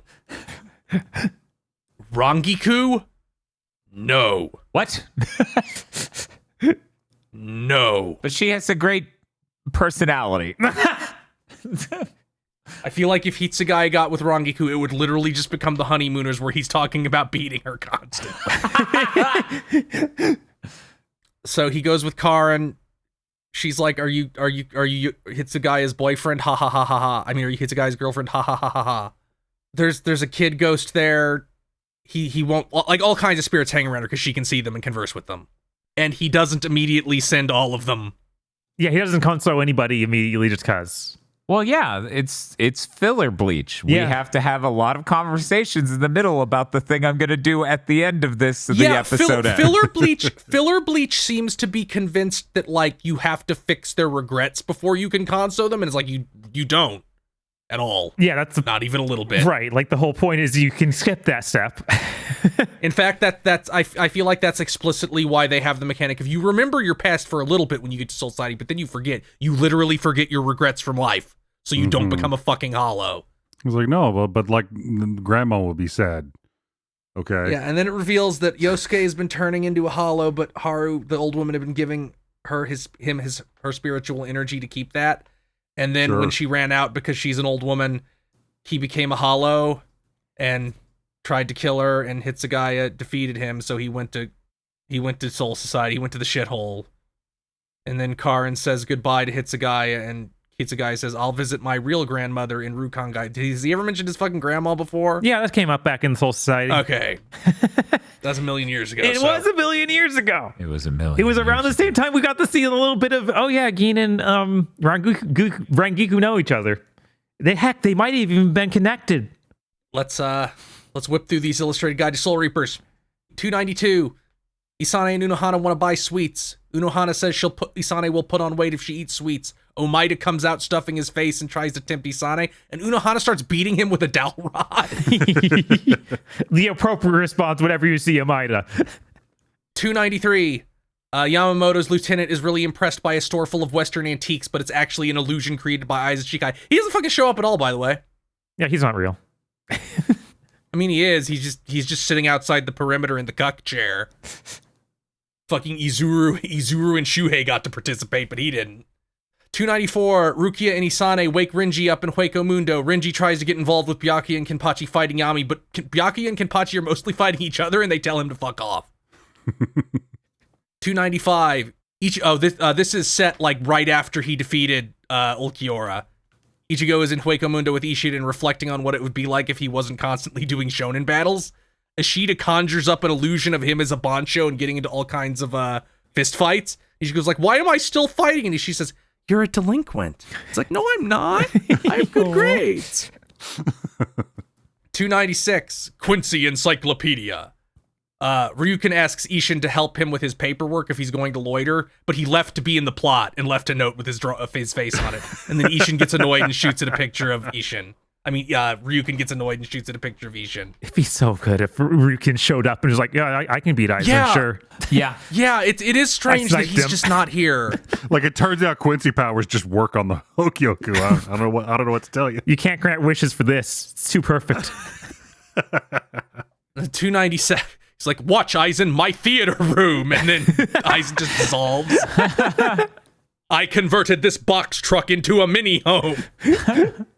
297, Arrancar Encyclopedia. Gin explains his Bankai and then demonstrates that he can use it to retrieve anything he forgot as long as it's within 13 kilometers, which I thought was pretty good. If Ichigo wasn't as fast as he was, that's what he was going to do to his little sisters. No! Gin would have been commanded by Aizen to just, like, stab them from miles away. Aizen's like, nah, I'm doing the horror movie monster thing right now. Don't worry about it. Gin's like, okay. 298. Shinji also wants to make a movie. Hiyori doesn't want to be in it until Shinji says she can be the star. Turns out he's making a monster movie, and she's great monster Hiyora in like a Godzilla costume. It's really good. And she whacks him with the tail. Nominee for best dressed right here. Worth noting that the director of the Bleach anime has a cameo in 298. Huh. Let me get the picture because I did take a little. I took it from the Bleach wiki though. Oh. But yeah, there he is. That's Nice. funny. Great. 299, we watched that fucking episode already. 300, Kyosuke and Ukitake find a memory album. They're like, 100 years ago, everybody was so young. And then Yamamoto looks identical. And they're like, 700 years ago, everybody was so young. Yamamoto looks identical. That's the joke. He's old. 301, this is the best illustrated guide to Soul Reapers ever. They're having a sketch comedy show. Byakuya performs, where he pulls off a piece of his hair decoration and pretends it's a phone. Everybody is dead silent. They cut to the fucking what's it called? The dressing room. Yeah. And Renji says, "I told you would buy," and Byakuya cuts him off. Just cuts him off with "Shut up." Yes, it smashes to black. Almost entirely worth everything for that. Yes. That was unbelievably funny. 302, Joker Ichigo wants Ichigo to get rid of the water in his inner soul because it makes fucking living there hard. He's like, I can't use the computer and I have to fucking swim. I hate it. Get rid of it. 303, this is the New Year's episode. Yoruichi and Urahara discuss the year. Urahara's birthday is December 31st and Yoruichi's is the New Year, and they blow out candles on a cake and are depressed nobody remembered their birthday. This is actually even crueler than Hanataro, whose birthday is April Fool's and he gets bullied all the time. Oh, no. I was sad about that until both of these two have to have their own sad birthday party together. I think that's worse. Yeah, I think it is a little worse. At least people remember Hanataro. Right? 304, this is the Frankenstein, the Halloween episode. Ichigo and Ishida say this was for the 10-year anniversary of the series, and then they fall into a Hold-more filler. 305, this is the Shuhei Rangiku episode. Rangiku just takes advantage of Shuhei and makes him do a bunch of shit for her, and he gets tired. That's it. Then he collapses, and she's like, he should take better care of himself. That's the joke. Wah, wah. 306, Don Kanoji has a delusion about Rangiku being into him and seducing him and being real hot for him, and she interrupts and punches him in front of Aizen and Gin. 307, Arrancar Encyclopedia. Gin explains that this is the last episode because all the Arrancar are dead. Yes. He tries to announce the plans for the last episode, but Ichigo and Co. dismantle the set around him and kick him out. By the way, none of these have been golden. I would call it if it was a golden. Yeah, yeah. That has been so long dead by now. Why is Golden so dead? I don't know. 308. Kon is in Ichigo's Gigai on the ground in Fake Car Town. Why does Ichigo have a body? Like why does Kon have a body to inhabit? Ichigo didn't leave his body at home. Like, he doesn't have a Gigai. He's not a... No, I'm like... he has a physical body. He might have left his physical body at home when he went. But the whole point is always that his sisters don't know where the fuck he went. But the science division inspect him and he freaks out, like the big round man, like his eye comes out on like a pole and examines him like a flesh pole. It's real gross. 309, the science division is still kind of poking him with a stick. A hot lady shows up and he's like, oh, hubba hubba. Then it's actually some weird monster with like her breasts become like weird flesh tendrils that are rounded on the end like boobs and capture him. Then it says, will not be continued, as he's carried away. Oh yeah, during that we also see the girl with the chain hair again. Yes, we do. It's been so long. She has still never appeared in a canon scene. That's crazy. She's only been in filler, and she's in the manga, but they cut every scene she's in the manga from the manga. It's all just like side panels. Come on, Blood War. 310, Illustrated Guide to Soul Reapers. Ichigo's like, let's go home, everybody, but Chad is going to teach Shuhei how to play guitar. Nice. Orihime is doing something with Isane, I think? And I forget what the fuck Ishida's doing, but none of them can go. And then Ichigo's like, you guys should get your shit in order beforehand. 311. This is the Karakurizer one. Kon and Ichigo's body gets home. Ishida is there. Ishida is grateful that Kon rescued Capes from the bad rap they were getting from Michael. So he gave Kon's animal form a makeover into a very girly plush covered in pink shit. 312. Soifan is abusing Omeda for pretending to be a captain. Yoruichi keeps interrupting it and saying it's enough, but then encouraging her to do more and thinks it's very funny. She's like, he's had enough, but he does deserve it, but you're going too far. But he needs to learn a lesson. Like she's doing that. No, Soifan keeps beating on him. 313. Rangiku and Isane talk shit about Squad 11 while drinking. Yumachika attempts to rehabilitate his own reputation, but his insecurities are attacked and he cries to Ikaku about it. The dub script is entirely different for reasons I don't understand. Huh. They are both ultimately the same thing, but like all the language used is different. Yeah. 314. Yamamoto explains some new rules about cleaning in Soul Society. It's like, when you need to move a heavy object, no Bankai. Yeah. God, what was it? When you I forget what the second one was. When you're punishing a something- subordinate, I believe. No, that was the third one. That was the okay. third one. Second one was like, when you find something troublesome, no Bankai. Yeah, when they're doing a when you find search of... something embarrassing. Yes. Yeah. Oh yeah, they find like pornography or something in the research and development, and Mary summons the fucking baby. And then the end is when you are disciplining a slacking subordinate, no Bankai, because it's hits a guy blowing up shit because Rangiku is getting drunk instead of cleaning. 315. Yachiru catches fish in a stream and gathers tomatoes. Kenpachi caught a bear. They eat and talk about how they're lost out in the fucking woods.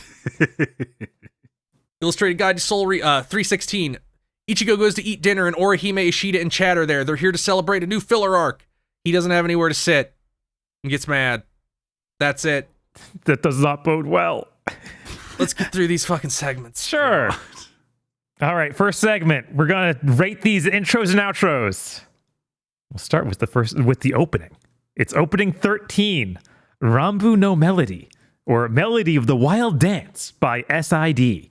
This is the one where it's an empty room with the Hogoku sitting on the floor, and someone picks it up, and then we start seeing like little clip reels of stuff happening in Karakura Town.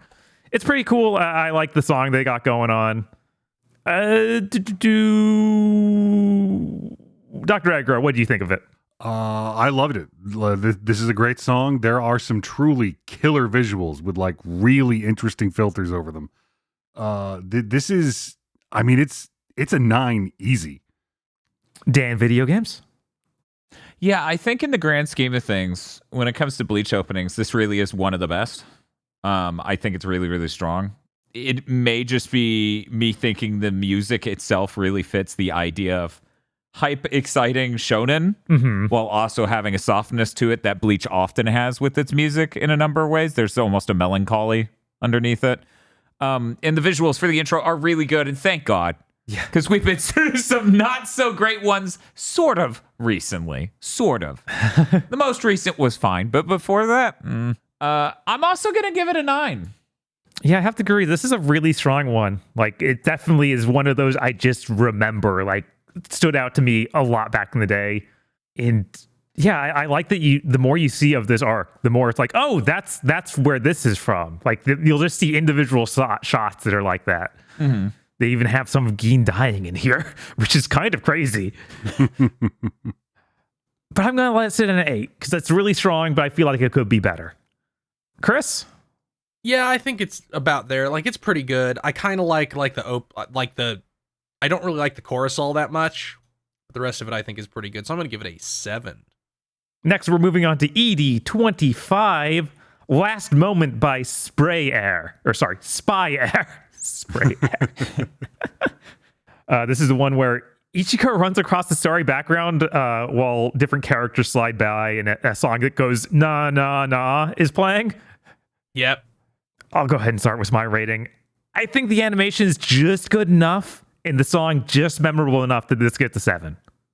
Like, it doesn't excel in any one way, but I still enjoy it. Chris? It's like completely neutral. Like, we've done so many EDs now that it's like, which of these oranges is different from the other orange? So I'm gonna give it a 5. It's totally even. Dr. Aggro?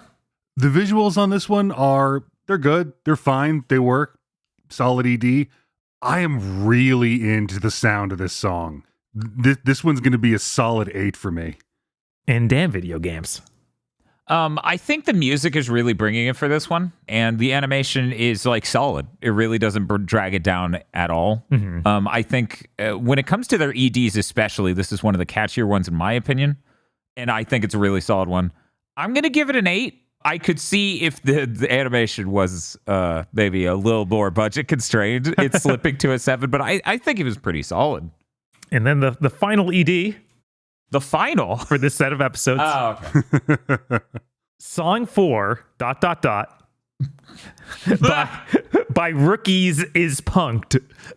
What a fucking title. This is one where the health butterfly shows you a clip reel of just random shots, and is lighthearted music plays. It's kind of nostalgic feeling. Dr. Aggro, what do you think? The visuals on this one were kind of a mashup of different ideas. Mm-hmm. I didn't. Song ain't bad. I give it like a 6. Dan, video games? Yeah, I think part of the problem here is how forgettable it is. And it's really impressive that the Hell Butterfly has the slideshow ready. Right. But elsewise, I believe the best word is inoffensive. I'm kind of caught between two places. I'm going to be more generous on this day. I'm going to give it a 6. It's really close to a 5 though. But I'm going to be extra nice and be like, maybe my ability to forget it is truly a strength in and of itself. Chris? God, there's some song that this reminds me of so intensely, and I first I thought it was fucking Freebird, but I don't think it's that. I know it was in a Guitar Hero though. Okay, now I gotta, because it's the one that goes do do do do do do do do do do do do do. Sweet Child of Mine. Yes, it sounds. The opening of this reminds me of Sweet Child of Mine. That is what the opening of this ED reminds me of. I thought it every single time it came up. Fine. You know what? Sure. It's doesn't surprise me even. There was a song in this. It wasn't an ED or an OP, but I realized it had the exact same note progression as a song that was in Kare Kano, and I went insane because I could not find the Bleach song on the OST. That means it's probably from a sound bank. Could you imagine? I mean, no, that has happened before with a lot of different anime songs. Like, this isn't on EDs, and it's like if they got it from a sound bank, they can't. But I'd give this a 6. It's unremarkable other than the fact that it made me think of Sweet Child of Mine the opening every time. I am also giving it a 6. It does not have a strong impression. I don't find the song that good. And the animation just barely gets the spy. But yeah, like Dan was saying, it's inoffensive. And that's its strongest strength. Yeah, that's its true strength. I do like the one shot where Ichigo like fist bumps the camera. Yeah, it does that slight shake. Other than that, it really is unremarkable. All right, time for my favorite segment, the Best Dressed Award. There are a lot to choose from this time because we had 20-some episodes. And a lot of filler. Yes, so a lot of filler where they had to come up with a lot of costumes. And like the fun kind. I will let Chris go first. Haruko, the girl with the purple hair and the glasses. Who could have seen What this else coming? would I pick? Who could have seen it coming? Who could have seen it But a coming? mystery. I'll go next. I've got to give it to Orihime in her pumpkin outfit from the Halloween episode. Fair. Absolutely fair. Too good. There's so many, like, we had good Tatsuki outfits this time, but I'm sorry. She's dressed as a pumpkin. That's not even a fairy tale monster like the rest of these. I know, right? Dan, what do you think? So this is a weird pick for me. I don't think I've done this, but we've been running Chugging Bleach so long, I could be dead wrong. I wanted to showcase something. At the end of an episode, Kon gets rewarded for his deeds done through the day by Uryu, who makes him a super custom outfit. And that is the most ornate and pretty the dress has ever been that Kon's had to wear. I like it. I'm nominating Kon in the super dress. Fair. That might be the best dress so far. Ironically, I was also thinking about nominating Kon's winter fit when he was in Ichigo's body. So I don't know. Kon really rocking it this time. When he dresses himself out of Ichigo's closet, do we really get to, like, say Kon did it, though? Look, if there are some burgers sitting on the side of the road and I eat enough to have a heart attack, are we going to blame the person who left it there? Dr. Aggro, who do you think was the best dressed? I'm so lucky because I actually had that Kon outfit as my backup pick. Woo! Because the best dressed of this episode set is clearly Intergalactic Maid Cop. Yeah. Yes! It's true. Yeah, Yes. that's fair. Straight up. Where's that filler arc? Come on. Right? What are you doing? Taking yourself even remotely seriously. You're not above writing Maid Cop. No, they're not. That'd be a better filler arc than whatever the fuck we're going into. Yeah. Yeah. How are we going into a filler arc? We beat Aizen. Why isn't Bleach over? I was not told of this. Sorry, Aggro.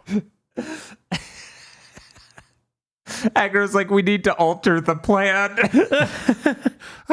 I just how have I never heard of what happens after Aizen? Oh, nothing after Aizen? Not even just a filler arc? You just don't know No. Okay. I thought that was it. I'm terrified that nothing that happened after him apparently merited mention. Look, they brought it back for the 1,000-Year Blood War, so obviously I mean, things need to happen. like so much was riding on Aizen. Tell me about that it. I understand. Absolutely. Like that's felt like the end. I know nothing about this filler arc, but let me tell you what I am so deathly afraid of.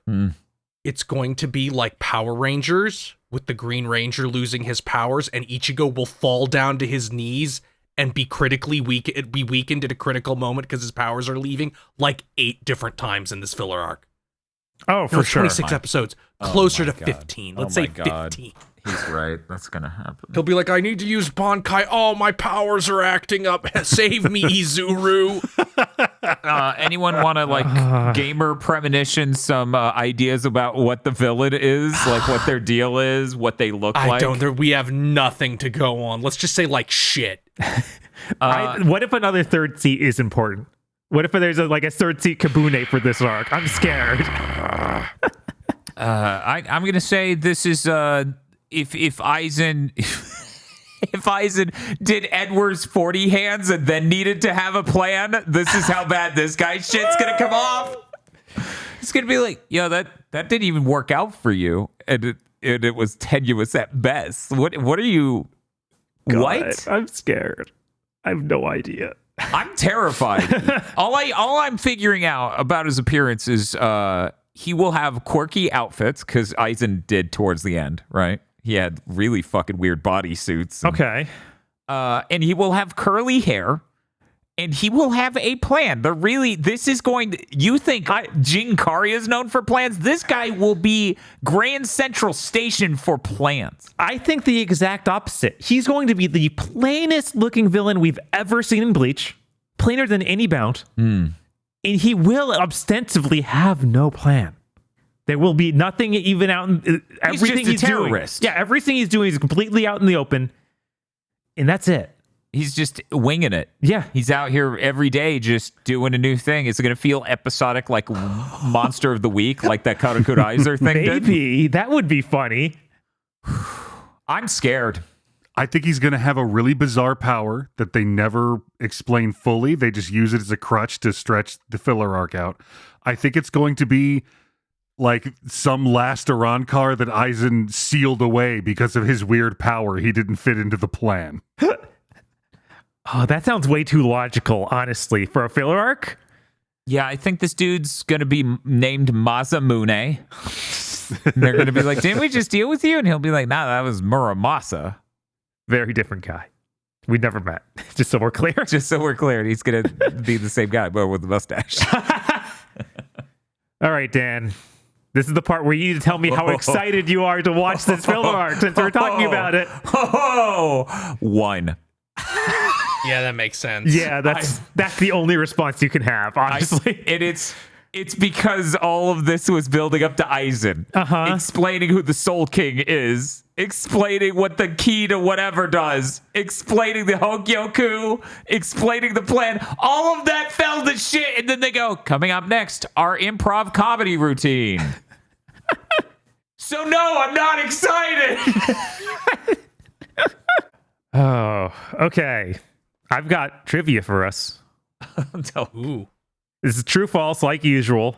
Aizen taught an extremely popular calligraphy course in Soul Society. True or false? Dr. Agra.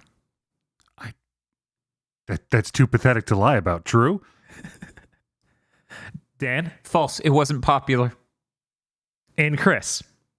Yeah, that's true, for sure. That is true. It is so popular, in fact. People are like, where'd he go? When's he coming back? I want to see his Shikai. Right? I don't get credit for by the way, because I knew this already because I discovered this in looking up trivia for this show before her. Anyway, That makes That sense. counts. That's how trivia works. my trivia was that shit about Yoruichi having his Zanpakuto and it just never coming up ever. God, that's so... Why even say she has one? Whatever. Well, because people would ask, where the fuck is it? Why doesn't she have one? And then he's just like, well, she does. It just doesn't make her stronger because she punches guys. That's so dumb. All right. Her Shikai is turning into a cat. That would be great. That would be great. It's like, yeah, that was a sword power. You couldn't tell? It's like, no. You turned into a cat. Now it's time to rate the show using our patented tightness scale, which is 0 to 25. We can decide how tight this was. How tight was the end of Aizen? Dan, video games. Oh, I get to rate the entire show? 1. That's how I'm feeling right now. No. Oh man, the fight with Aizen's really cool. Right? Geen pulling that shit that should have worked was really cool. There's more. I need more. I'm trying to find more that's positive. Oh no. There's some cool stuff with Ichigo's dad. Kinda. Yeah, I like his weird flick Mm-hmm. Yeah, that shoots the energy wave. That's pretty cool. That was neat. Old man Yamamoto just going bare-chested mode. Yes, that was Yeah, that was also good. cool. That was good. That was real good. I think that's it, though. I think about. I've already expressed throughout my episode my incredible frustration with how this concluded. The exact answers I wanted answered that were not answered. The questions I never would have asked that were answered. Well, they're terribly. two Hyogokus, okay? And a bunch of other things. I'm incredibly frustrated. This has me regretting Chugging Bleach hard. This is the hardest I've ever regretted it. That fight was really good, and there were so many funny moments, though. I'm gonna give it a 4. Damn. I'm upset. I'll heal. I will heal. You're allowed your trauma, Dan. Don't let anybody tell you that you're not. Yeah, so many people who watch Bleach got to go through this a long ass time ago. I'm going through it now. I'm really in it. Uh-huh. And I'm just an upset, vulnerable person, podcaster. Chris, what do you think of it? We got through it. 25. That Byakuya answering the phone shit and Aizen's insane coping as Ichigo watched him. Pristine. And now I never have to think about Aizen again. 25. One moment. There's some logic to that. I'm going to add one more point. I never have to think about Aizen or his fucking plan. Actually, I don't think that's true, but you never have to think about the Aizen arc ever again. I don't think that's true either. Yeah, I So think not that with it'll these be Momo memes. right. I think that we're going to be talking about the Aizen arc for a while, possibly the rest of the show. I guess I'll go. Let's see, man. All those things we talked about are disappointing. They really are.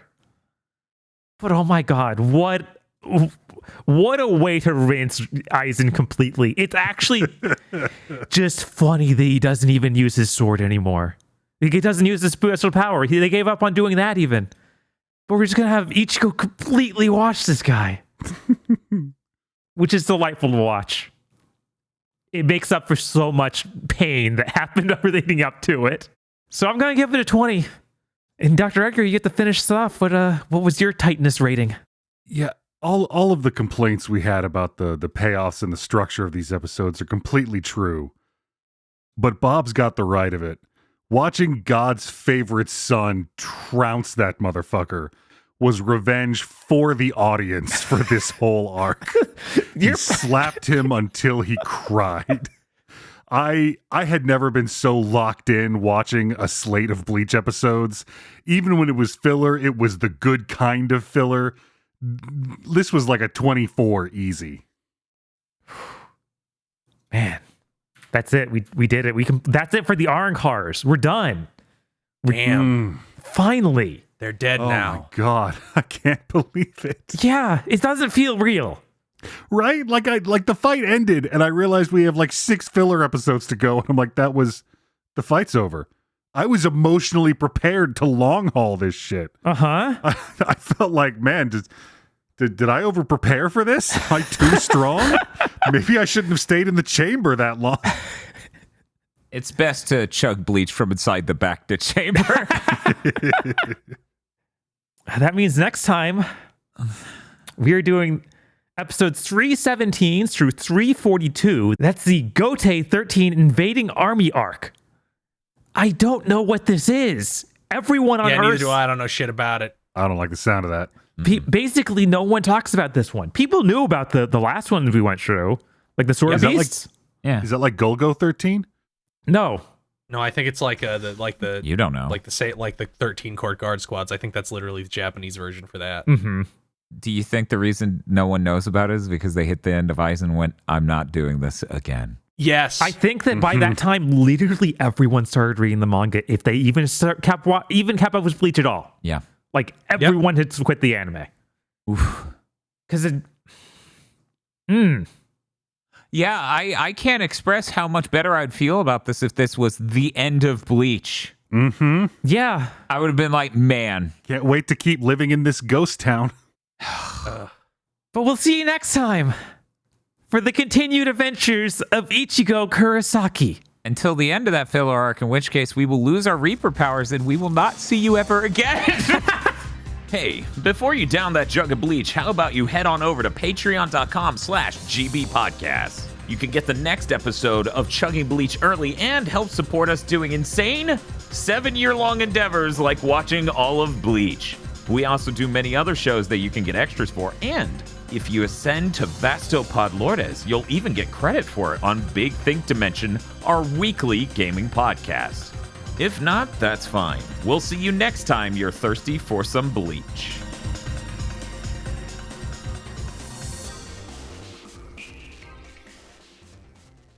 The executive producers for this GigaBoots video are Esme, Ely Broyles, Spaceman Spiff, Red Blaze 27, Brendan O'Sullivan, A Reminder for Symphony of War, Cooper Tank, Very Best Plot, Iconic Bane, and Rado. Thank you very much to our executive producers. And also these guys. If you want to become an executive producer or normal patron, head on over to patreon.com/GigaBoots today.